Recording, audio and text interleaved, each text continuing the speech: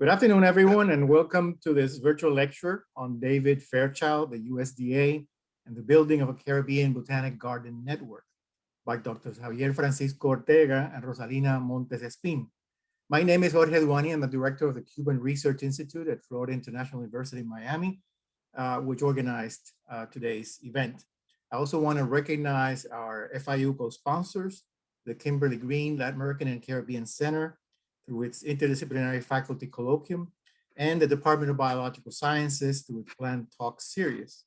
And I want to also give a word of thanks to Aime Correa, our Public Affairs Manager, and Ashley Nunez, our College Work Study, for helping to put together today's virtual event. I'm pleased to introduce today's guest speakers and discussant. First, Dr. Javier Francisco Ortega, who is a professor in the Department of Biological Sciences and a research affiliate of the FIU Institute of the Environment and the Fairchild Tropical Botanical Gardens in Miami. Dr. Ortega holds a PhD, Francisco Ortega, I should say. I want to make sure that I say his last name correctly. He holds a PhD and an MS in biology from the University of Birmingham in the United Kingdom. And he also earned his bachelor's degree in science from the Escuela Técnica Superior de Ingenieros Agrónomos in Madrid. Before joining Florida International University some years ago, he held 2 postdoctoral fellowships to study plant speciation mechanisms on oceanic islands at Ohio State University and the University of Texas at Austin. He has also been a lecturer at the Universidad de La Laguna in Tenerife, the Canary Islands. His main research interests include plant systematics, conservation genetics, and the history of plant exploration, and many of his projects have focused on endangered species. His studies have a strong field component, and the vast majority of them concern plants endemic to tropical and subtropical islands, which are conducted in close collaboration with colleagues working in these islands. He has worked with plants from the Canary Islands, the Galapagos Islands, the islands of Cocos in Costa Rica, and the Caribbean. He has conducted research projects with numerous graduate students, faculty, and researchers in Cuba based on collaboration with the Instituto de Ecología y Sistemática de Cuba and the Jardín Botánico Nacional, both located in Havana. He performs his research as well in partnership with colleagues from the Fairchild Tropical Botanic Garden and the Montgomery Botanical Garden. Dr. Francisco Ortega has conducted extensive fieldwork in Cuba with the support of the National Geographic Society and other private foundations. He is the author or co-author of many research papers with colleagues from Cuba and other parts of the Caribbean, and most of his graduate students actually have carried out fieldwork with Cuban plants. Dr. Rosalina Montes Espin is a researcher at the Cienfuegos Botanical Garden in Cuba, of which you'll hear more in today's talk. She earned her PhD in ecology at the University of Alicante in Spain. She also holds a bachelor's degree in agricultural engineering from the Central University of Cienfuegos in Cuba. She has been trained in the management of natural resources, including reptiles, terrestrial mammals, forests, and endangered species in Cuba. And she has also been a specialist at the Bureau of the Nature Tourism Development of the Enterprise for the Conservation of Flora and Fauna in Cienfuegos. She has participated in numerous scientific events in agricultural sciences, biology, botanical gardens, and other ecological issues. These events have been held mostly in Cuba, but also in Puerto Rico and in Guadeloupe in the French Caribbean. She has co-authored numerous articles in scientific journals on biological and ecological topics, including the preservation of caves, bats, white-collared Swiss, and other tropical birds, as well as native walnut and shade coffee trees in Cuba.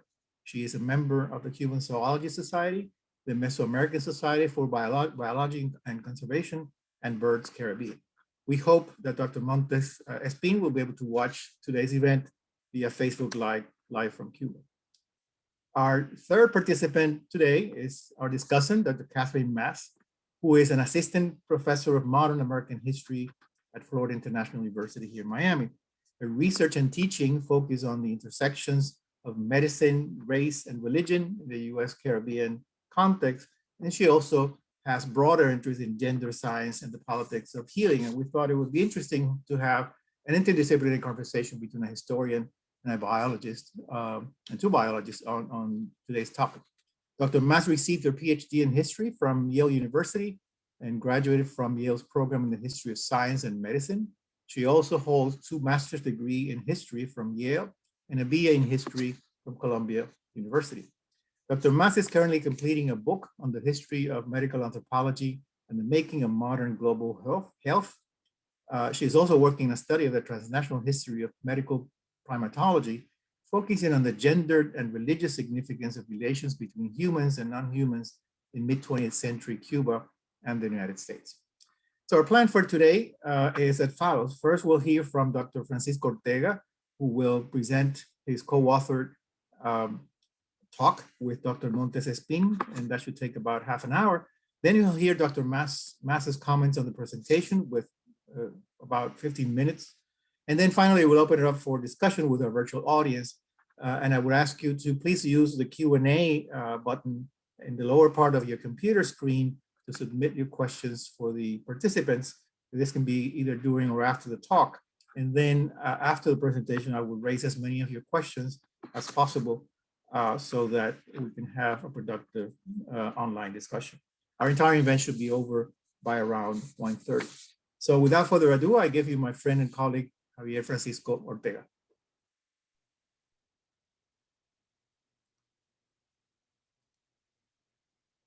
Thank you, Jorge, for this introduction. Welcome, everybody. I'm glad that you made it to my talk today. First, I would like to, as Jorge mentioned, that sadly, Rosalina cannot be with us today. And I have to say, Rosalina is really the person behind all of this. It was Rosalina who started this project and who around, I would say maybe 6 months ago, she contacted me because she wanted to learn more about Fairchild and the Botanic Garden of Cienfuegos. And at the end, in developing this project that we never expected to have so many ramifications. So again, Rosalina, I hope you are in that side of the strait and watching the talk with your colleague from the Botanic Garden of Cienfuegos. Try to navigate here in the. First, before I start with my talk, I would like to express my gratitude or thank you those who help us with our research. We have been kind of lucky because in this sort of environment in the Zoom era, most of the work is based on archival work and looking into documents. Many of them are easy to be obtained through the internet. And besides that, around 3 years ago, I made 2 trips to Washington, D.C., where I was able to study some documents in the National Archives that were important for our talk. So I want first to start mentioning all these museums and institutes that kindly provide the backbone for what I'm going to present today. Without their help, particularly in these difficult times, I wouldn't be impossible. It would be impossible for me to give a talk showing what we have. Second, I want to express my gratitude for Rosalina and me. That's Rosalina. A photo. Rosalina as training is mostly a zoology for her PhD. She worked with these birds in Cuba as a photo of her work in part of her PhD project. And I would also express our gratitude to 4 main colleagues from Cuba that helped us along with the project. Amanda Bicho Ramos from Botanic Garden of Cienfuegos. Javier, we can't see your screen. You cannot? Sorry. No. I'm glad you told me that. I thought it was like in class, so at the very beginning I had my. Thank you, Jorge. I thought it was like class, which at the very beginning I. Now we can see you. Now you can. Sorry about that. My apologies to the audience. That's Rosalina Montes has been here on the left, and again the co-author on the paper with the topic of the birds that were topic of her PhD. I would like to express gratitude to Amanda Vilos Ramos, to Ileana Fernandez, and Leosbeli Vasallo Rodriguez from the Botanic Garden of Cienfuegos who helps Rosalina with all the research. They will be eventually co-authors in the paper we're going to write. Also to Ramona Oviedo Prieto, my longtime colleague from Cuba, who has been my mentor to do research in this island, who introduced me to the wonderful natural history of this island. Also, I would like to mention in Fairchild, we have in the archives a group of wonderful volunteers who help us to scan documents, to organize documents, and so on. My gratitude to Carol, Joe, and Eleanor, who also should be on the other side of my computer watching this talk today. With this introduction, I will now next to explain you what will be basically the outline of what I'm going to cover today. I now have only half an hour, and indeed, I was expecting to be a talk of 1 hour. So it was hard for me somehow to toss out so many slides for today in lecture. First, I need to give you an introduction about what I call the setting for botanical history and the socioeconomics in the region. I'm not an historian at all, but somehow I don't think it would be easy to interpret what we found without understanding the dynamics of the history on the Caribbean islands. That's what I mentioned, the word really interdisciplinary. Then I will basically to go and talk about which were the research methods we use and the methodology. Then I will jump into the botanic gardens. We're going to see here we have 3 botanic gardens. They are important. Among them, why? Why was that we pick up Cienfuegos? It's not only because Rosalina is there and help, is as the project pretty much unfolds, we found that Cienfuegos Botanic Garden has many reasons why it was ideal to focus on the project. Then I will go into the main questions we have in here, and then I will then explain how were the dynamics of plants introduced in the Botanic Garden of Cienfuegos, again, in the botanical setting, the historical we have in here. Then I have a discussion that will be up in, as mentioned before. And at the end, I want to share with you some plans we have for future projects. Can you hear me well, Jorge? Yes, no? Okay. Let's start from the very beginning. So we need to somehow put this in a sort of context about what was going pretty much not only in the Caribbean islands, but also in the whole scientific community, biological community in the planet, no? At this moment, you know. We have it here by the end of the 18th century, 19th century, at the end of the 20th century, we're going to have 4 main developments concerning the history of botany. I would say history, I would say biological science. Number 1 is Darwin, with his studies, he proved that through natural selection, itself, you can so obtain new species. Indeed, the main work of Darwin, believe it or not, it was based not so much into the Beagle expeditions. It was based in many aspects on some crossing he did with pigeons. Pigeons were big for Darwin, and observing how obtain crossing, he can have some ideas, hypotheses about selection and so on. However, Darwin, he knew nothing about DNA, nothing on chromosomes, nothing on genetics. That's what is so amazing. Next, we have Mendel, critical. Mendel with the first one, that using some crossing, he can say, I can predict when I make crosses will be the progeny. That was critical for plant breeding. So somehow you have now a system by which, through observations, you can channel or predict what we can basically breed and what to obtain in plant breeding. Third, we have a Patrick Shireff, also very important, who they say, when you do plant breeding, or any kind of breeding, you're going to have 2 components on your traits of variation. One genetic, the other one environmental. That's very important. And then to finish, we have a Sutton that now found for the first time in chromosomes. It's a chromosome having there pretty much all the basis for the Mendelian genetics. Why is it important? Because the following. Before this time, we had all over the world lot of plant exploration, quite a lot. But they never focused into plant breeding. They focus mostly in collecting plants, herbarium specimens for the museums and the botanic gardens, mostly to introduce new plants with potential for gardening or for food, and also to study natural history. Happening is with these people, now we have a new dimension for basic exploration. Now, we say we should focus mostly in collecting plants to hunt for genes, find genes that you can use to basically do plant breeding.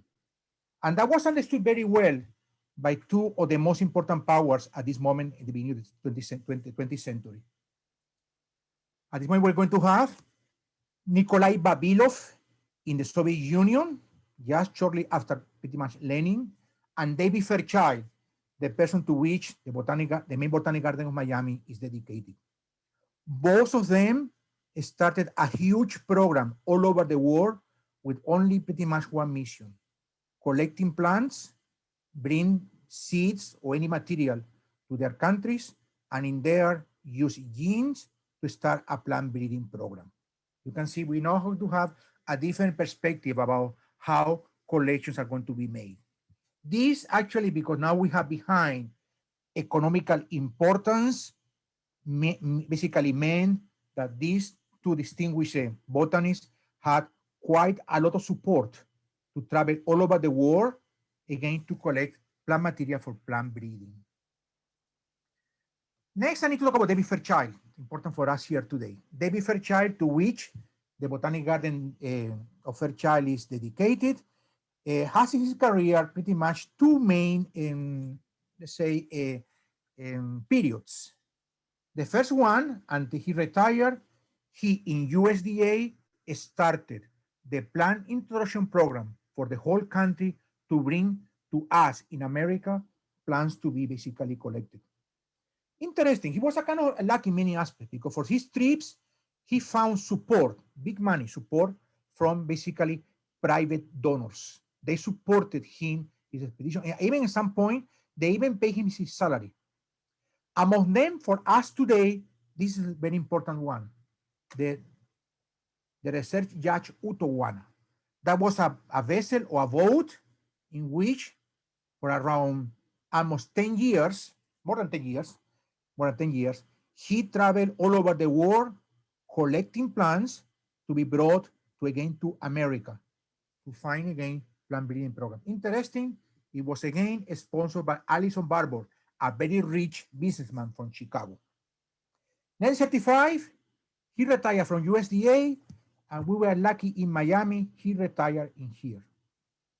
After he retired, 1938, to honor him, which is very unusual to honor a botanic garden to somebody who is alive. To honor him, Fairchild Tropical Botanic Garden was created. Here we have photos of him.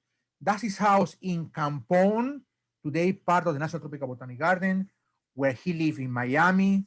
And in the top, a view of the Botanic Garden again of Fairchild. Again, sponsored by another rich guy, Robert Montgomery, was the person that really was behind this and provide the money and the resources in partnership with the county as well, but mostly was the driving force to make the Botanic Garden of Fairchild. Okay, now let's have a look at the boat, no? The boat, the Utowana boat. In my talk, I'm going to mention this boat many times because somehow like the point in which they carry out this expedition. This is a view of the boat in the year 1928 when they went basically she did the first expedition to the Caribbean region. The photos are the ones here on the docks on the harbor are in Puerto Colón, Panama, very important later today as well. The ones here offshore is going to be in Cozumel in Mexico. Interesting is this. Oh, that come next. So Javi, now let's have a look at some of the participants in these expeditions. One thing interesting is his expeditions not only have their botanists. Fairchild was an interesting figure. He was a very broad view for things. He was interested in history, zoology. He was an sponge for his knowledge.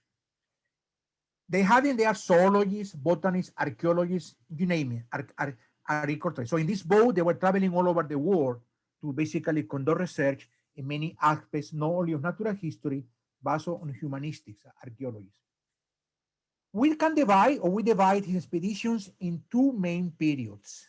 The first one in here, 25-27, only the Old World.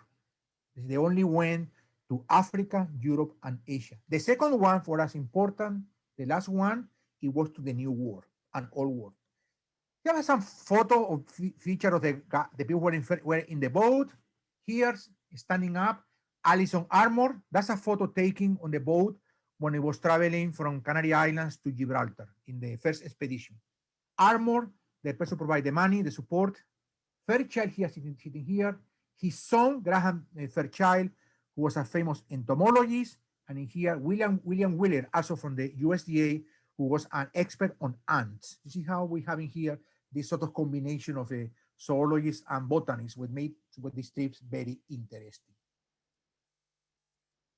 Okay. Now I'm going to show you some maps in which you can see the areas where they were collecting And I also will mention you what was the way we have been doing in my lab most of the research with these expeditions before I met Rosalina, and he clearly have a different perspective about how Utowana was basically arranging these expeditions and how they help to set up a whole network of botanic gardens in the region. Here we have again in red the areas were covered in the old war between 25 and 27, the first expedition we have in there. Again, they traveled to Asia, Africa, Europe. Here I had to mention that when the boat was going to Asia, the engine broke down. So this part of the expedition in Asia happened basically with Armor, Barbour, Armor putting money on the table and paying for them uh, tickets on basically passenger boats. So here, this part in here, we call Utowana Expedition, but the Utowana didn't go there. Still, I put them in the same package because it was the intention at least to go there with the boat. This is the last second part. All the areas or the harbors where the Utowana or points was collecting between 1920 and 1933. You can see pretty much it was everywhere. They even reached in the north, the Gulf of Mexico, they crossed the Panama Canal. They pretty much visit all of the Central American countries, Venezuela, also Colombia, the Guyanas, and so on. Now let me tell you, so far, when we're doing working with Fairchild, we have a different approach. What we did was, we just went and see where the Utowana boat travel. Then in there, looking at our records, we just make an inventory of the photos they took, the people they met, and the plants they collect, period. So it was pretty much our research so far only focusing one trip and what they collect and was brought to USA. Now we found for our research that the boat had a different perspective in other expeditions. That's what they come next. Clear? At the same time, we are having again the USDA putting all this money and support to have this massive plant exploration program to bring seeds or living material to USA for plant breeding. Something else is happening at the same time in America. At the beginning of the century, or less the century, we had the Spanish-American War. In this war, we know what happened. I'm from Spain. So Puerto Rico became part of under the umbrella of USA and Cuba became independent. This has a very important consequence. USA as a country became the predominant power in the region. And look what we found here. It's very interesting. We found this. This is from a book where basically has everything here that show you each of the black dots in here is telling you botanic gardens or research stations established by USA right after basically the Spanish-American War. So at the same time, we have the USDA, like our public organization, federal, bringing seeds to USA. We're having also this in the Caribbean, in the region. We're having all these organizations interested in tropical botany or tropical zoology, interested just in research only, establishing this amazing network of centers. Let me tell you something. This is not complete. Let me mention here. This is just some of them. I remember when I mentioned this to President Solis, he told me that in Turrialba, Costa Rica, around this time, USA established a botanic garden that eventually became a university. So this is just showing you the tip of the iceberg of what we have. So we have at this moment in USA as an emerging power and this hunger, this real need from the USA museums and universities to conduct research basically in tropical ecology and tropical biodiversity. And they have this amazing networking here. And now come the next thing we found, and that's the reason why in many aspects we have this project. So I'm going to show you next is two of the maps of Utowana in the Caribbean islands, and it was interesting. By the way, here we're going to have three important botanic gardens. In Honduras, Lancetilla Botanic Garden, we mentioned later. In Panama, right in the Panama Canal zone, the Sumi Botanic Garden, of course here number one, Cienfuegos Botanic Garden. All of them, again, under USA jurisdiction, owned and managed by USA, basically, agencies. Here we have them in purple as well. You see 1, 6, and 7, apart here in purple. That's what basically what I meant. Okay, here we are. Here we have is a photo, or sorry, I got this later about the people here. Here we have is a cartoon showing you in blue, we have the route that the Utowana follow into space. The one on the top, 1928, led by Dr. Dorset, who was a very important collector in USDA. The one here on the bottom, 28, that was led by Thomas Barbour. Barbour will be later a very important figure in my talk. Look what happened here. We notice here that the boat, in the same trip, it made stops where? In Cienfuegos, in Panama Summit, and in Lancetilla. So it's telling us how the boat or the USDA was helping these gardens to have some networks.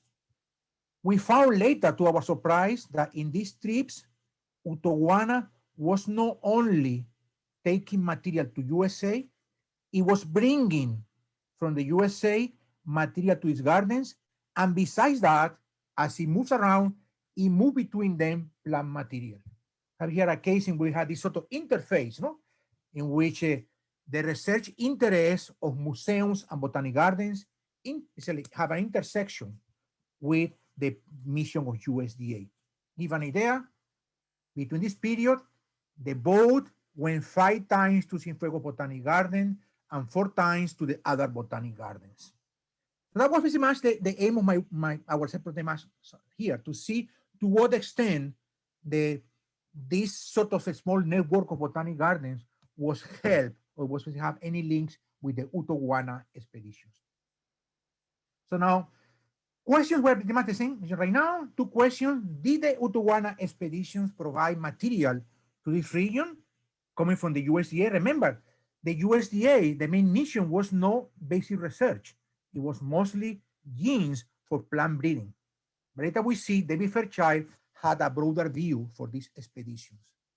And number 2, did the boat somehow help to provide evidence about these botanic gardens from different institutions to network together and to advance again the field of natural history research in the region?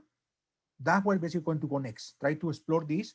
And at the end, we have a discussion that again will go back about the history of USDA basically in the region. Okay, let's start with the gardens, and you see how they have different settings. First one is the one in Lancetilla. This botanic garden, private, was established by the United Fruit Company. So it was not research league. It was established by this company. And it has as a main mission this. At this moment, the Panama disease was a big problem. That's a fungus on the soil that killed pretty much, with no exception, bananas. So the United Fruit Company wants to explore to what extent they can have new crops or new ways in which they can somehow expand their operation with basically tropical crops or tropical plantation. That's a view of the garden here. Interesting this, 1974, the garden changed hands and became part again of the Honduras Natural Resources, and today it is linked to the university. So far. Second botanic garden, the one in Panama, a bit the same. It was created by the Panama Canal Company. As this was a sort of incorporated USA territory, they want to see if also in the region, they can introduce new crops to have new developments, new enterprise, not only just focusing on the canal only.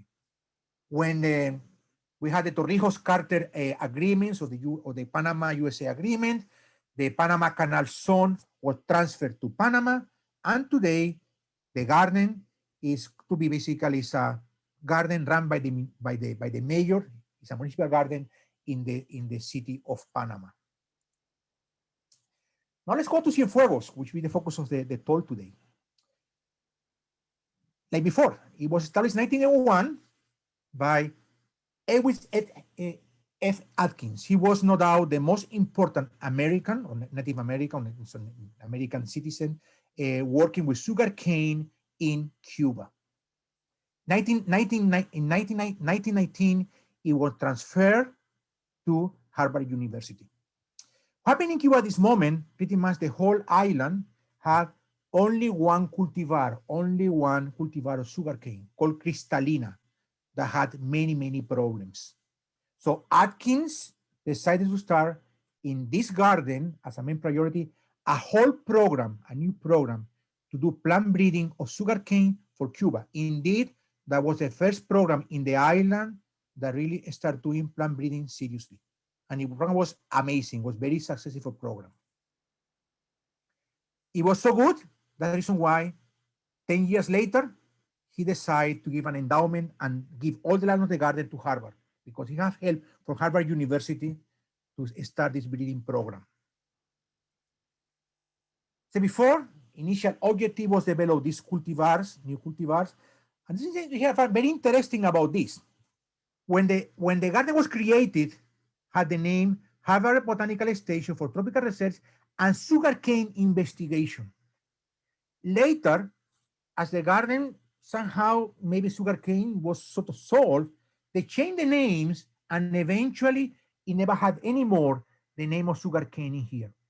We know from some previous research, there were some conflicts in the garden to decide where to put the priorities, if in sugarcane research or put it basically in gardening, plants of economic botany, basically economic value, so on. There was some basically conflicts in there. 1961, after the Cuban Revolution, the garden was transferred, and today it is run by the Ministerio de Ciencia, Tecnología y Medio Ambiente de Cuba. Here has a photo of them. That's the entrance of the garden. Very famous photo everywhere with the royal palms in the entrance. They come from the time when the garden was again run by the Harvard University. On the top, Edward Atkins, very famous photo of him. This photo is a photo of him and his wife from their passport. This was kindly provided to us by the Massachusetts Historical Society. Okay. Now we need to have here a very important figure to put this all together. Thomas Barbour. Interesting. Thomas Barbour was a zoologist. He was not a botanist. He was a very prestigious tropical biologist. He was a person with a very sharp mind here on the left, and he was an outstanding friend of David Fairchild. The friendship come from a long time ago. He also, because his family, Barbour, he had a lot of connections in Washington. So I'll help him to network in Washington. 1924, he became director of Cienfuegos Botanical Garden. Interesting. Why you pick up a person, who is not a botanist as a director? And I think many aspects have to do for two things about him, three. He had connections. He spoke Spanish, I heard fluently, and very important, he knew Cuba very well. He'd been working in Cuba for many years. And now come the point. When he was director of the garden, at the same time, he joined the Utowana to perform research on all the Caribbean islands. In only one expedition, this one in here, was David Fairchild. Of the 5 expeditions, all of them stopped in Cienfuegos except one. And in all of them, even he was a zoologist, he always collect plants to be introduced in Cienfuegos. Very important figure in the history of the garden. He really made a big difference. As I said before, he spoke Spanish very well. I heard he had a very pleasant personality. And I was told by Rosalina that they still have in Cienfuegos Botanic Gardens a lot of histories about him, how friendly he was. I heard he liked Cuban rum a lot. That's what Rosalina told me. And he was really a very important figure in there. He was, again, an amazing friend of David Fairchild. They were very good friends. And important because his broad view, not only in botany, he gave to the Botanic Garden a total new perspective, and he was the person that put the garden on the map. The garden was really on the map concerning a station that even went beyond just botany.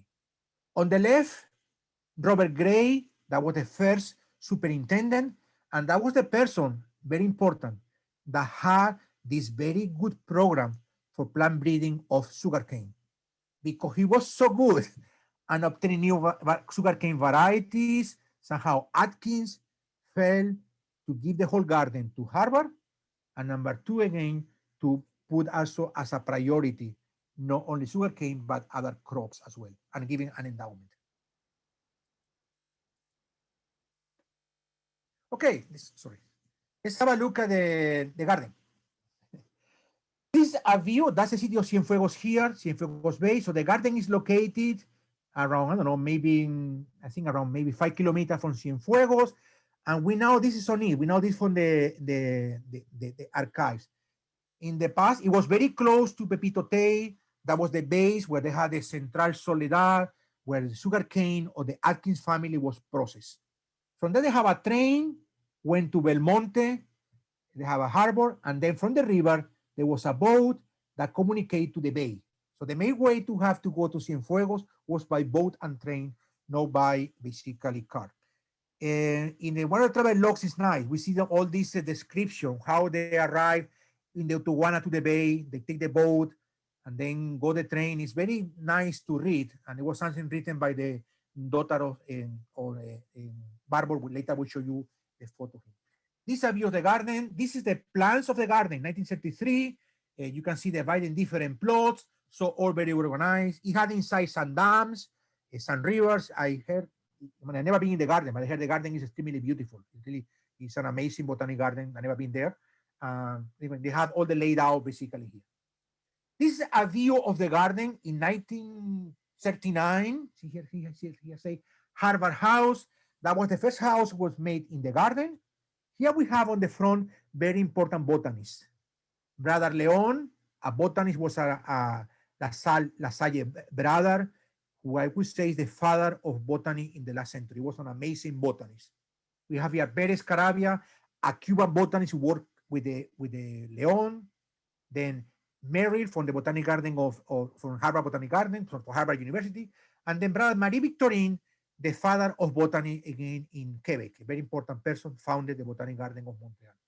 So this is the view of the Harvard House in 1939, and that's the view of the house today. You can see it says some of the trees that have died, which is no surprise with the hurricanes and the time, they pretty much have the same structure. Today, Harvard House, I understand, is the main area for the administration, the way it was also in the past when it was run by the again by Harvard University. So why we pick up Cienfuegos? Basically, we have 3 botanic gardens. The 3 of them were visited by Utowana. Why Cienfuegos? Of course, Rosalina is a major factor, but it's more than that. It's more than that. Why Cienfuegos is a botanic garden is ideal for this research, and also for a lot of research you want to do, botanical history research is ideal. Number 1 is this. We have, because Fairchild and Barbour were such good friends, we have in the Fairchild Tropical Botanic Garden an amazing correspondence that Barbour and Fairchild had about the garden. We have in here, right now, here's a letter here from the Botanic Garden, from the Botanic Garden of Harvard this moment in Cienfuegos, from Fairchild, again from Barbour. Second, this. They are very good plant records. Pretty much, there are 2 books written in 1973 and 1927 that have in there the whole list of plants that were there in the Botanic Garden. So we can see which plants were introduced or collected by in the Utowana expedition. Number 2 is this. The garden kept still. These are the old card records that the garden had when it was run by Harvard. So this is unique. You can really identify all the plants in there, and you can see they were not collected by Utowana. And number 3, that's very important, Barbour. Barbour had this amazing book I recommend to all of you. It's an incredible book about his Cuban experience. It has a whole chapter on Cienfuegos. It's easy to read and it's engaging. Really, if you like natural history of Cuba, here we have a guy who, again, he was much more than just a zoologist. It's an amazing book. So all of this together provides us an amazing setting to the project. There's even more. We have is, again, Mary Barbour, the daughter of Barbour. He wrote a whole travel log, again, very engaging to read, about the trip in 1931 that have a lot of insights about in the Botanic Garden. Also very important is Armour, that was the person that provided the money. He wrote a report for one expedition. What I mean is we have a lot of information can easily be studied to look into to what extent the Botanic Garden of Cienfuegos play a role with the USDA to receive material and with the other botanic gardens to share material. We're just starting the project, so we still, this is all Utowana, so we still have a lot of things to do in here to understand how the botanic gardens network among themselves without having there the Utowana involved. Okay, now let's have a look at the dynamics. Now let's look at the results. So what we found, when we look into all these documents, all these records, what do we find concerning the Utowana as a recipient of material, either from the USDA or from the other botanic gardens? So now I'm going to show you some maps, and in the maps, I give you an idea of what we found. Number one, that was one of our main surprise. 1924, David Fairchild visited for the first time the Cienfuegos Botanic Garden, first time. 1 year later, he was already in the first Utowana expedition to the Old World. We found here in Fairchild an interesting letter in which the letter is being sent from Sri Lanka all the way to Cuba, saying, here I'm sending you, so I have the number here, I'm sending you 8, there were actually 16 species, so the 16, only 8 arrived. This letter is listing here the species that he sent by mail all the way from Sri Lanka to the Botanic Garden of Cienfuegos. It's clear, no? The connection right in here. Letter found in Fairchild. We found later, more interesting, of all the material he collected in this expedition, he sent to the United States, 77 species were then sent later from USA to the Botanic Garden of Cienfuegos. Interesting, look at that. The ones in colors are going to botanic gardens. So the Botanic Garden of Cienfuegos has right now inside there a lot of material that were collected in other botanic gardens in the Old World. In Java, in Cameroon, for example, in Sri Lanka, and in Sumatra. When you look how the material went there, we found this, that most of the materials, there are 64 in here, 77, they reached the Botanic Garden in one of the Utowana trips to the Caribbean islands. So again, the Utowana moving there. Only 13 were sent by mail to Cienfuegos. So clear, we have clearly the USDA, although it was mostly focused in hunting genes, they was Fairchild. Fairchild was a person with a broad view for botany. He understood the importance of botanic gardens as a center for basically preserve and basically botany. No? Then when we look into the botanic gardens, we found that when the Utowana was moving in the islands from Lancetilla in Honduras, the boat, it moved 20 species to Cienfuegos Botanic Garden. Again, telling us how they have a network. We don't know why. We found only 2. We found only 2 species so far. Again, carrying Utowana, they move from Sami Botanic Garden in Panama to Lancetilla. So now the next thing to look at. So when the Utowana was traveling on the islands, he was collecting material. He collected material on the Bahamas, Jamaica, and so on. This material he collected, basically collected, a lot of these went to Cienfuegos. So the boat was cruising all over the Caribbean islands, go to Cienfuegos, and in there, he left there a big, basically component of plants. So not all the plants went to USA, having here, and we found in here interesting again, many from botanic gardens, from Jamaica, Lesser Antilles, also from Guyana. Again, the boat now is sending material from the other islands to Cienfuegos Botanic Garden. 71 we found so far. Here we have an example here. Here's have a view. That's the trip of 1929. You see the boat went into Hispaniola all Lesser Antilles, Trinidad, Venezuela, Colombia. So at the end, in all here, he was the boat. They were collecting plant material, and when it reaches Cienfuegos, they deliver a lot of the plants there that were going to enrich the collections. We found something interesting. There was an expedition in 1931 that it did not stop. This expedition did not stop in Cienfuegos. Even in here, the same. We found once the material this expedition reached, the material from this expedition reached USA, they was sent again to Cienfuegos Botanic Garden. So again, you can see that how they have in mind whatever they collect, they knew was important from the tropics. USA didn't have any real tropical gardens in here. Fairchild was not here yet. They said the best place to preserve this material has to be in botanic gardens located in tropical regions close to us, and also again run by American basically entities. So we have in here. Okay, today. So what happened with collections? It's surprising. We found actually that number one is how important was the collection were.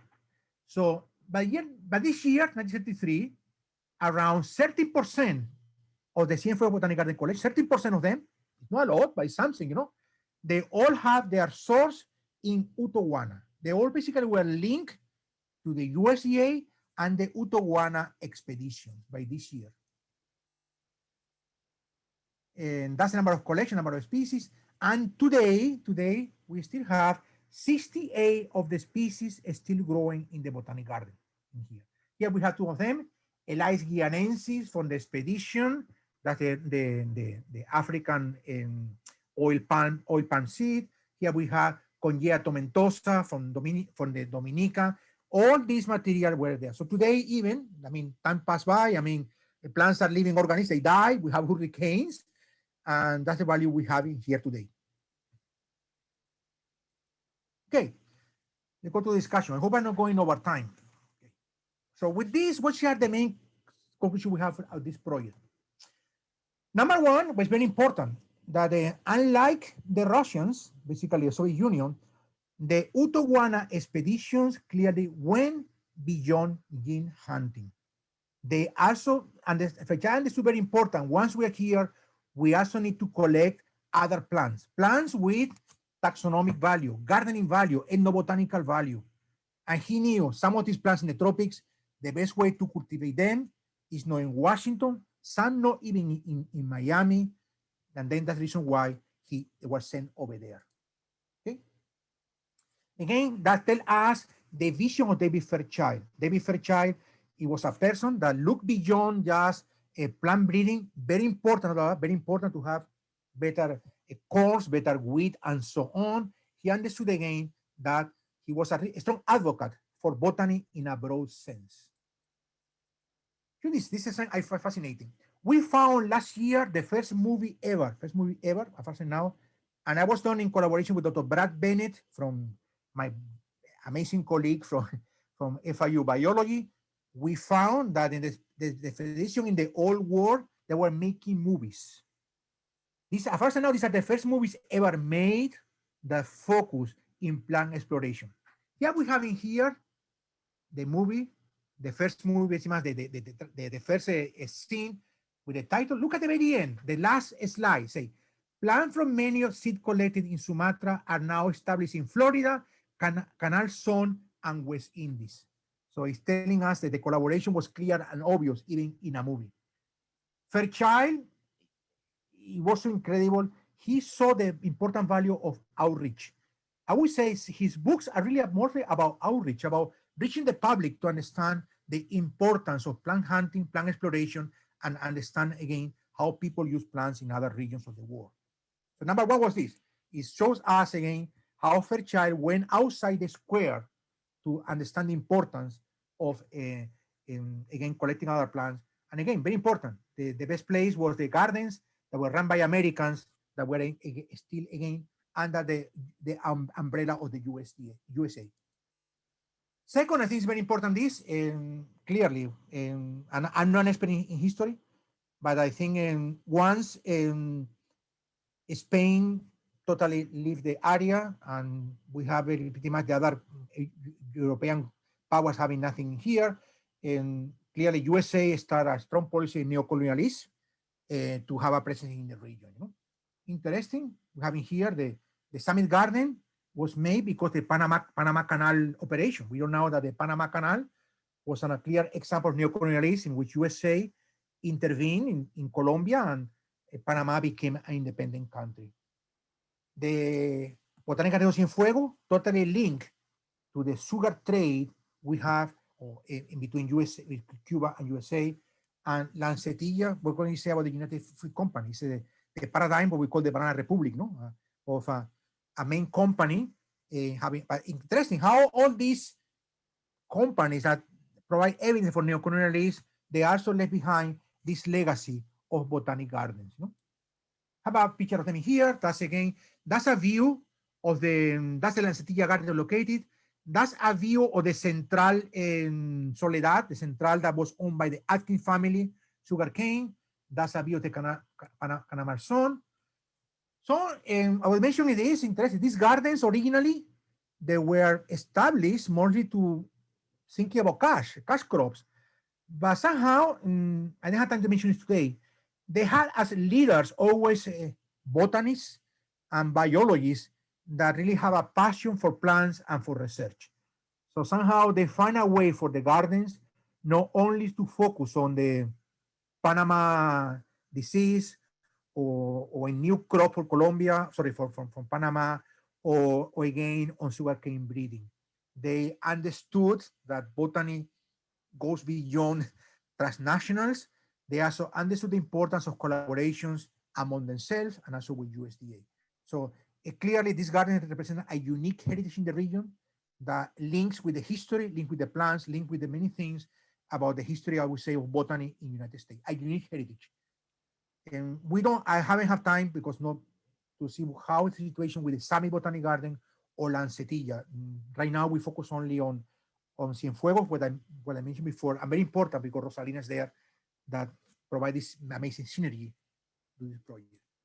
Number 3, I think very important is USDA. Sorry for I'm interrupting, but we need to conclude this part of the presentation so we have enough time for this. Only one slide. I'm done. One slide. Okay. Only one. So just to finish, this is here again, USDA have a strong program to share material. We have here a photo of one of the books they have. And to finish, what they want in the future, and to finish with this, Jorge.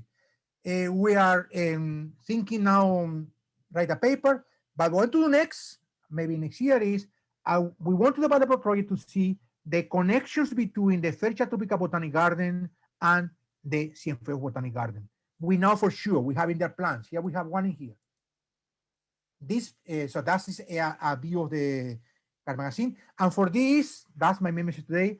I will try to see if I can find an internship for undergraduate students from FIU that can come and work with us in here.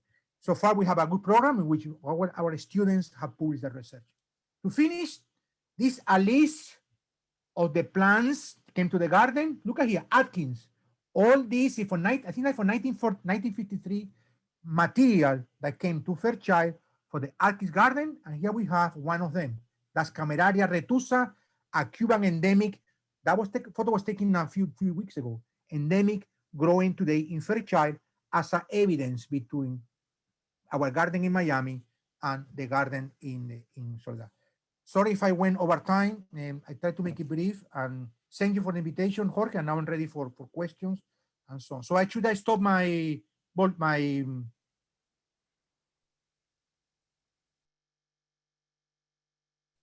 Yes, now we would want to hear Dr. Catherine Mass's comments. So Catherine. Hi, thank you, Dr. Francisco Ortega, for this fascinating presentation, and many thanks to Dr. Duani and the Cuban Research Institute for inviting me to comment. So as a historian, it's exciting for me to imagine the Cienfuegos Botanical Garden today, where you have these living relics of the past. And I really admire your work in asking questions not only about where these plants are from, but also how did they get there?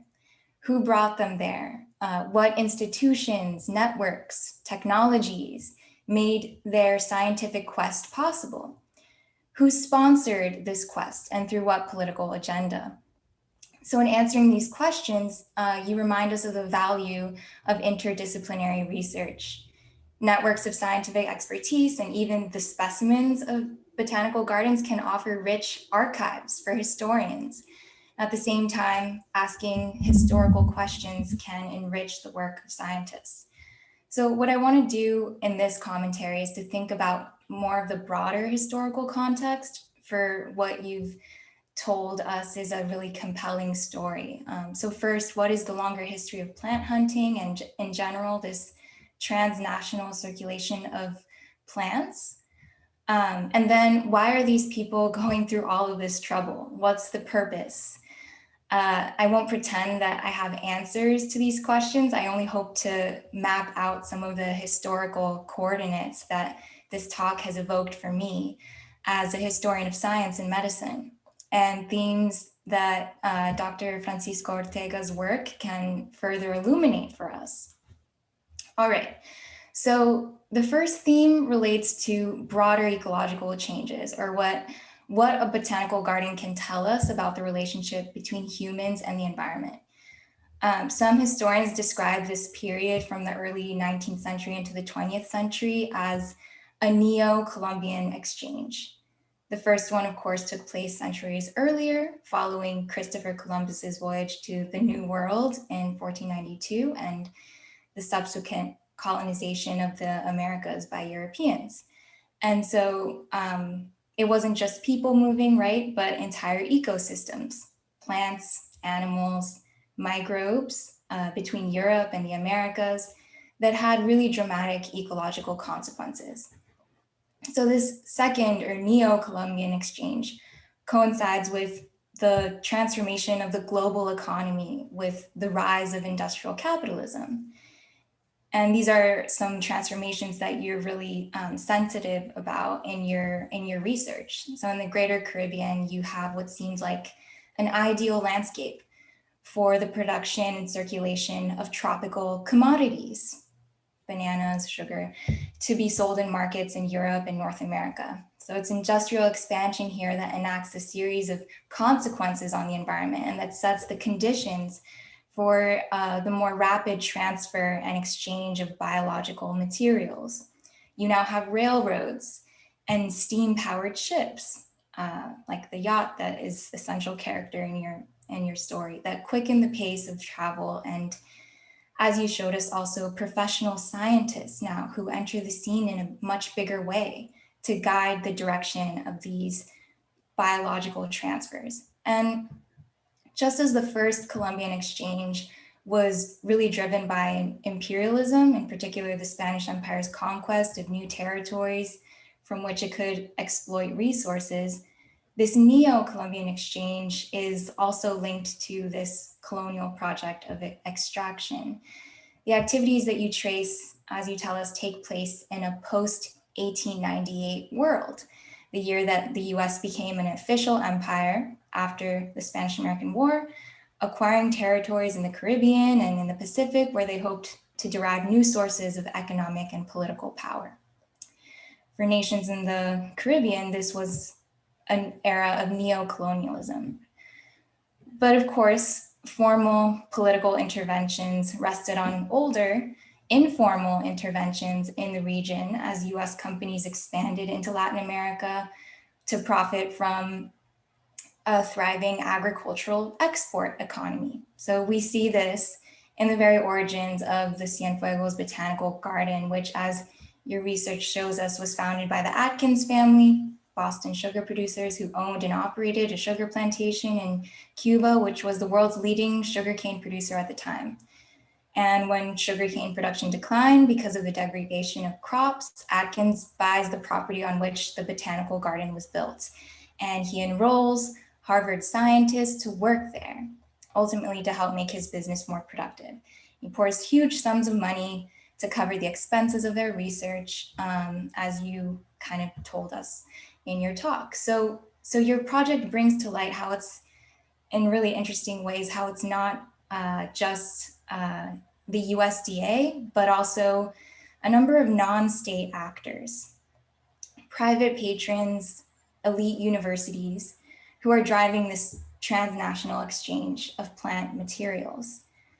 And so that brings me to the next major theme, this nexus of science and empire, which has been well studied and established by historians.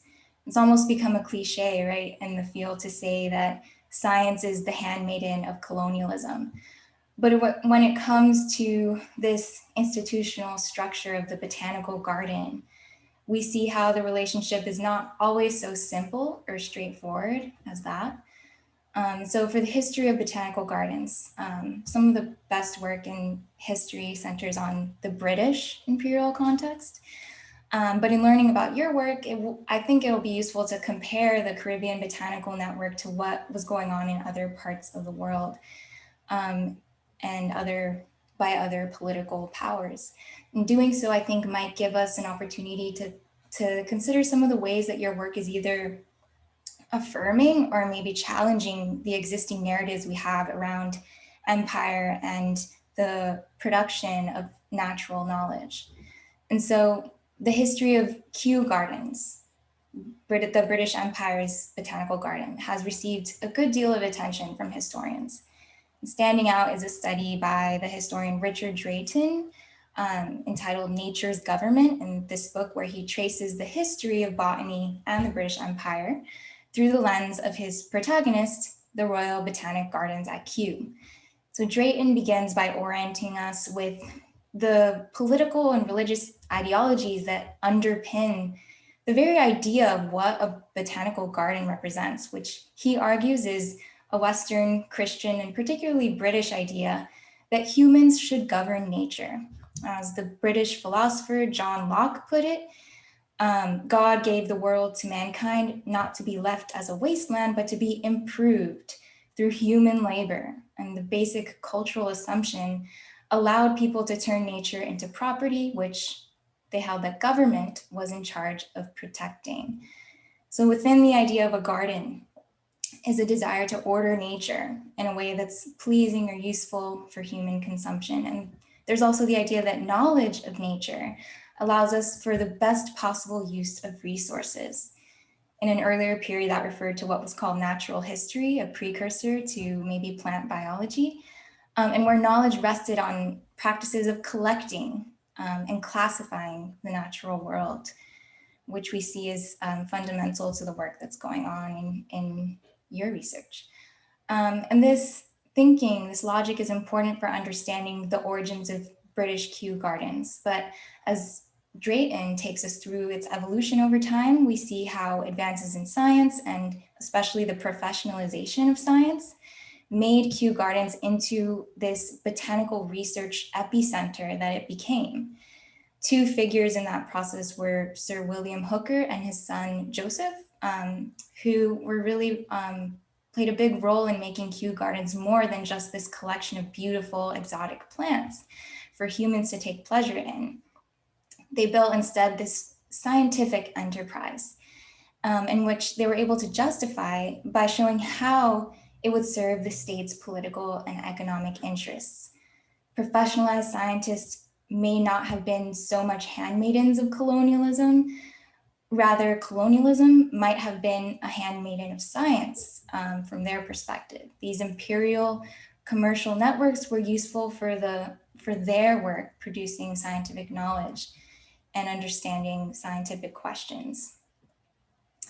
So in the 19th century, the botanist Sir Joseph Hooker was able to, as I said, transform Kew Gardens and what Drayton calls this archive of plant raw materials for the use of the nation's merchants and manufacturers. So he orders British naval officers stationed in different parts of the world to collect and to send any living plants or botanical specimens that might be used to produce medicines or dyes or fibers or woods and seeds from which they could produce oils. The importation of gutta percha, this plant derived from Southeast Asia, is just one example of how science at the Botanical Garden became really imbricated with the expansion of industrial capitalism. So they found that gutta percha was this miracle material that was resistant to acids and electricity. And in the mid-19th century, Britain starts importing millions of pounds of that material each year to use as insulation on the floor of factories and as coating for underwater telegraph cables, among other things. So here we see that scientists at Kew Gardens did in fact serve the needs of colonial power in this industrial age, but we also see how the gardens secured their cultural and political authority by expanding into new fields, such as economic botany. Scientists who might have seen themselves as doing research and maintaining the garden for the sake of science are in strategic ways having to align their work with commercial interests. So I'd be interested in just hearing more about how Kew Gardens and this history of British botany might compare or maybe overlap with the Caribbean Botanical Garden Network that your work focuses on. And then this relationship between science and the national interest brings me to a third historical coordinate that I wanted to raise, which is the place of its distinctly Cuban science in this story, or maybe Caribbean science.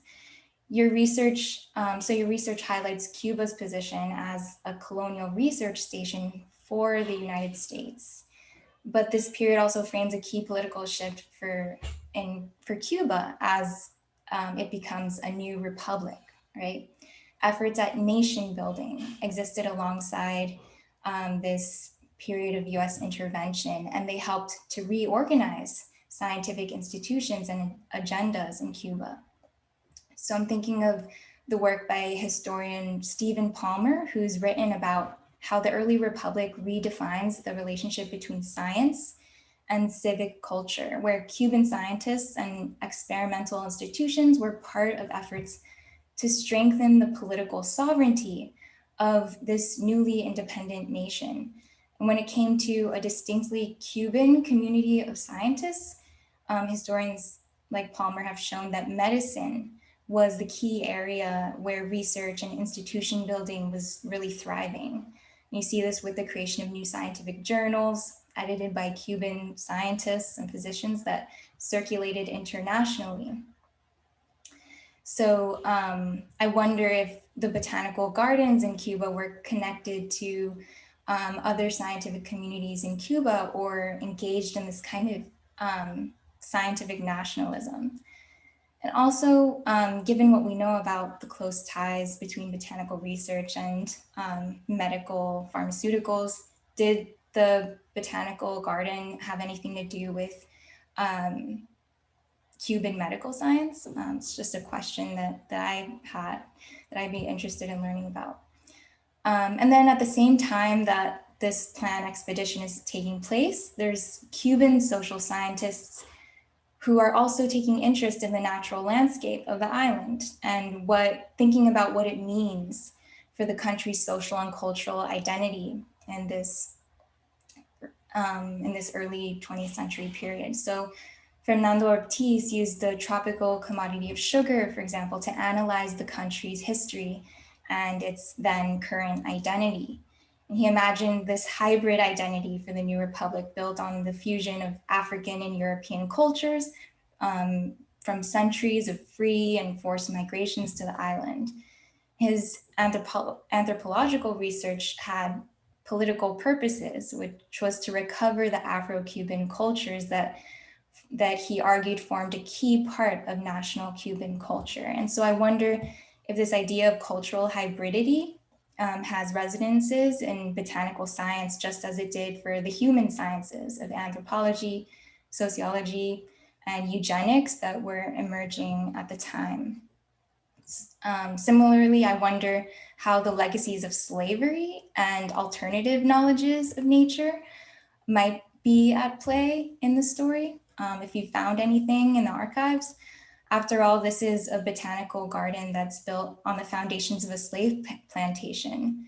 In the early 20th century, I'm also thinking about Fernando Ortiz's sister-in-law, Lydia Cabrera, who was at work writing her own ethnographic masterpiece, El Monte, which recorded in depth Afro-Cuban knowledge of the natural world and the many herbs and plants used for both healing purposes and religious practices. Now, El Monte, this celebration of Cuba's wilderness or untamed forest, presents a stark contrast to what's going on in the botanical gardens and in a scientific community. And for me, this raises questions about authority and what kind of knowledge counts, and who is a reliable knower, and to whose domain does natural knowledge belong. But that might be beyond the scope of your interests. And then now and quickly, because I realize I need to wrap up, I want to turn to the final theme that this presentation evoked for me, which takes us back to your US actors, and that's aspects of the cultural history of the United States during the Gilded Age. The Gilded Age was this time of unprecedented wealth for industrialists and upper class Americans who formed some of the key figures in your story. And so it raises questions about what do people do with this excess wealth? They buy mansions, expensive yachts, travel the world. Some become patrons of science. They endow universities, build museums, and so on. So we learn from you about how wealthy businessmen like Armour, who are sponsoring the activities of Fairchild and others. But situating this within the cultural context of the Gilded Age makes me wonder not only about the functional uses of botanical science, but also maybe about its ornamental uses. And on this topic, I'm especially interested in the place of Miami in all of this. In the early 20th century, Miami was becoming this winter paradise for wealthy Northerners. That included James Deering and his brother Charles, Chicago industrialists whose company, the International Harvesting Corporation, became the largest producer of agricultural machinery in the United States at the time. Deering built this lavish estate at Biscaya, which exists as a museum today, where, back in the 1920s, he hosted friends in powerful circles. But Fairchild's presence there shows how Miami might not have been just a playground for wealthy industrialists and tourists, but also for scientists. Fairchild's winter home in Miami, or the home where now I know he retired, the Kampong, is, I think, an artifact of this history, one that for me seems to kind of cross the boundaries of maybe science and science fiction. And by that, I mean, Fairchild used Miami as his botanical canvas in a way to realize a tropical fantasy of recreating the beautiful landscapes that he witnessed and traveled to in Southeast Asia. And Fairchild's legacies in Miami is obvious for those of us who live here, with institutions like Fairchild Tropical Garden that supports your own research, and which is a tourist attraction for visitors from around the world who pay the $20-something admission fee to visit. So as a final thought, and bringing us more into the present, I wonder how the history of botanical gardens and what you're looking at might intersect or relate to rising tourism industries, especially ecotourism in the 20th century. So those are just some of the themes that I was thinking about hearing your research, and I'll stop there. Thank you, Dr. Mas, and thank you, Dr. Francisco Ortega. We have a number of questions on the Q&A, and again, I would invite our attendees to submit your questions, although we're running out of time as usual. I'll try to raise as many questions as possible. So first, our colleague, Jean Rosenberg from FIU wants to know, Javier, were the plant materials sent to Cienfuegos because the Fairchild Garden had not yet been established, although the Montgomery Botanical Garden did exist, or because the soils and the climate in South Florida were less suitable for growth? I don't know. I think it's a combination of things. There was something that, and I like Pedro Acevedo mentioned there from the Smithsonian, is I don't know why it's strange. Fairchild never had Puerto Rico. It was an obvious place somehow, and they have a station in Mayagüez or even Dominican Republic. The answer we say yes in many aspects because we had at this moment here in Miami a USDA station, but again it was only focused on plant breeding and crops. It was not a botanic garden. So I think it's a combination of things. I think somehow he found in Cienfuegos, these gardens, the two approach being tropical and also being a real tropical botanic garden where he can somehow enhance or introduce these plants that in USDA somehow were more difficult to feed. There were no, again, mangoes or were no avocados and so on. And the same in Puerto Rico. I think maybe Pedro can, I don't think Puerto Rico had this moment in a real botanic garden, but they had, again, the station with USDA in Mayagüez. But I don't know why. I don't know why Fairchild did not collect in Puerto Rico. It was an obvious place to go, tropical. Maybe because it was clearly under the USA umbrella, he didn't feel like. I hope you answered the question. Yes, and there's another question that's related to this, which is, I'm trying to look, okay, here it is. Charlotte Elton wants to point out that there might be an important conceptual difference between a plant introduction garden and a botanical garden. So do you agree with that? I totally agree, absolutely, no doubt about that. I've been working both in botanic gardens and because my training as an agronomist and in research is different, totally different. It's nothing to do one to the other. So the agricultural station are more focusing on experimental research, see how the plants adapt to some conditions and plant breeding. In a botanic garden is for beauty, aesthetics. It's just, it has this very important outreach component in there.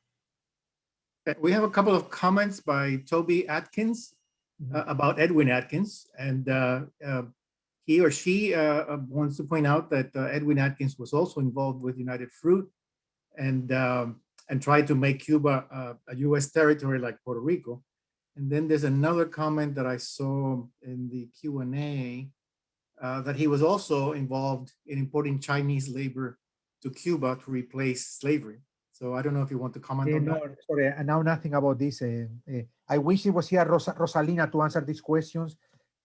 My research really is more limited. I never really tried to explore much about remember Atkins died pretty much shortly before Barbour became director. Before Barbour was the director, the garden was not really as it is later. I mean, they had this projection. He died before that, and I never investigated much into the Atkins, except that I knew he wanted to do sugarcane breeding, that he was very rich, and I'm sure he was very influential in Cuban politics. I don't have any doubt.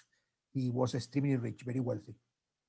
Okay, another question by Natalie Saliba, which is, how did David Fairchild choose the locations for the expeditions?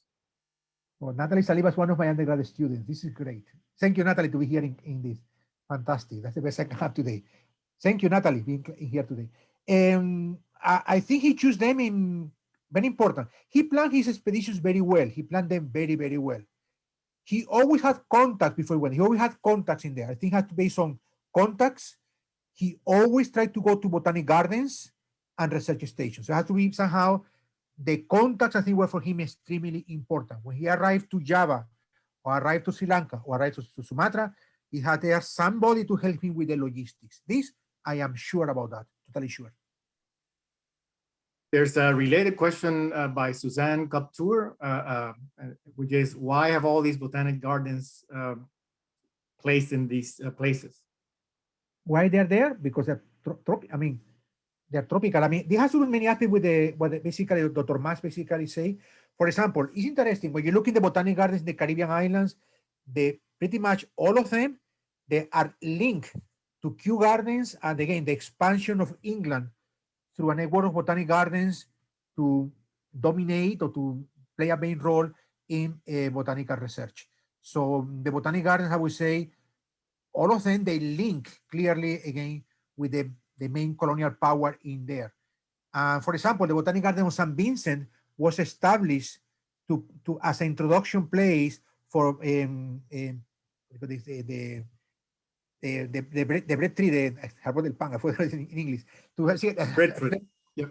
sorry, the breadfruit to feed slaves. That's the reason why it was. The reason was somehow is a place for this, for the plantations. Sorry. Here's a fun question by Jessica Lasso, which is she wants to know if Ernest Hemingway ever joined any of the trips with Mr. No, Fairchild. absolutely sure. No, he didn't. This I can tell you for sure. No, for sure. Absolutely sure about that. Good question. Was funny. No, I don't think. Pedro Acevedo wants to know who was the owner of the Utowana. And Alison Armour was a very rich guy from Chicago. I think he was mostly involved either with the meat industry or with iron. I don't remember right now. He was extremely wealthy, very wealthy. I said before, when they went to Java in the island to Asia, the Utowana broke down, and he paid all the expenses for the whole all the expedition, traveling in passenger ships, and they waited for a long time to collect in Java, Sumatra, Singapore, and Sri Lanka. Very wealthy guy. He also brought to his expedition some of his friends. He went with them. He joined the expeditions. He joined them. He enjoyed, and he also brought some friends.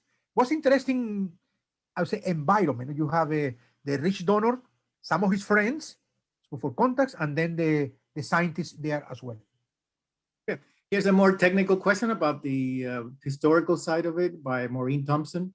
She wants to know if there are any records of plants being transferred from the Cienfuegos Botanical Garden to Harvard's Arnold Arboretum. I don't know. We good question. Again, we're doing this project only for now, only 7 months. I am sure there are many records from Cienfuegos to Fairchild. Fairchild was established in 1938, so it's the second, many, and also lot of correspondence, lot of letters until 1950s between Cienfuegos and Fairchild. That's why I want to do a second project, and I would like to for this again to see if I can find some support to have an undergraduate student during a whole summer helping us in the garden to catalog the plants and to see. That would be a great project to see what extent, because that case where Fairchild is sharing with the Cienfuegos Botanic Garden a common heritage, a common basically thing between the two gardens. We know for sure many of the Utowana plants are in Fairchild, for sure. Okay, you have a lengthy comment which you can read for yourself, but I'll just summarize it by Adriana Mendez, who's a literary scholar here in the United States, and she mentions the Cuban-American novel by Cristina Garcia, The Agüero Sisters, which is inspired in many ways, she says, by a fictional character based on Barbour and a Cuban scientist. So I don't know if you know that novel, but then I guess it would be an interesting angle because it does take place surrounding the scientific community in Cuba.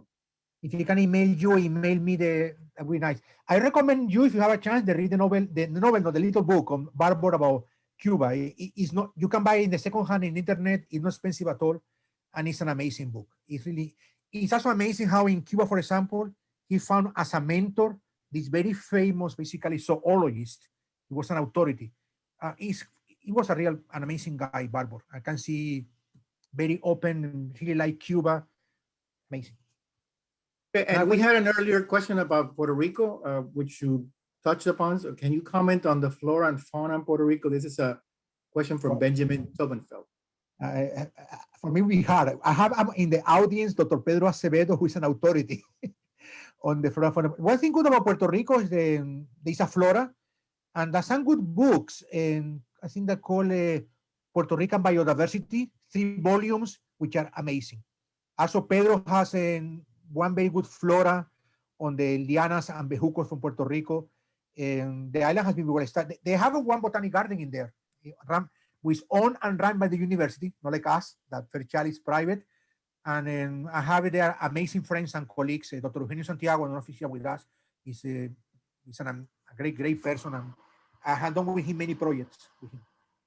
I also want to mention briefly that there was a very important scientific expedition to Puerto Rico and the U.S. Virgin Islands at the beginning of the 20th century from New York. It was privately funded by New York. And of course, they did publish a lot about the flora and fauna as well as the archaeology of Puerto Rico.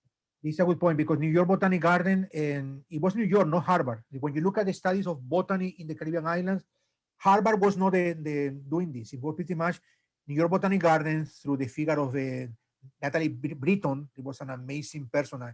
He studies in Bahamas, in Cuba, and he collected a lot. He wrote a lot about the Caribbean islands botany. He was the main figure in there. But I don't think ever New York Botanic Garden had in there any station in the Caribbean islands. Interesting. I don't think they ever had any. I don't think so. Carolina La Rosa wants to know if there's any continuing relationship between Harvard and Cienfuegos Botanical Gardens today. And I'm not here to answer because I'm not from there. I know many years ago, there was some connections and some Cuban botanists went to Harvard, do some work. But of course, I was here, Rosalina. Let me tell you something. For this talk, we need to ask Harvard for some documents. They always help us in a very good way. And this morning, actually, I forgot. I sent this morning, maybe see on the among the audience. This morning, I sent an email to the director of the curator of the living collection saying we had a talk today. From them, for this research, all we have was help. Never very interested. They even sent us some documents. They scan for us for free. So I can say for this research, they really help us a lot. It never asked anything in exchange at all. Okay, I think we've reached the end of our time, and also I think we've covered most of the questions and comments in the Q&A. So let me just thank you, Dr. Francisco Ortega and Dr. Mas for very thoughtful and stimulating insights. Thank you everyone for joining us today and for sending us a question. We look forward to sponsoring other virtual events on Cuban and Cuban American topics, and we hope we'll be able to gather in person soon. So good afternoon, everyone. Thank you, Jorge. Thank you. Thank you. Trying to disconnect.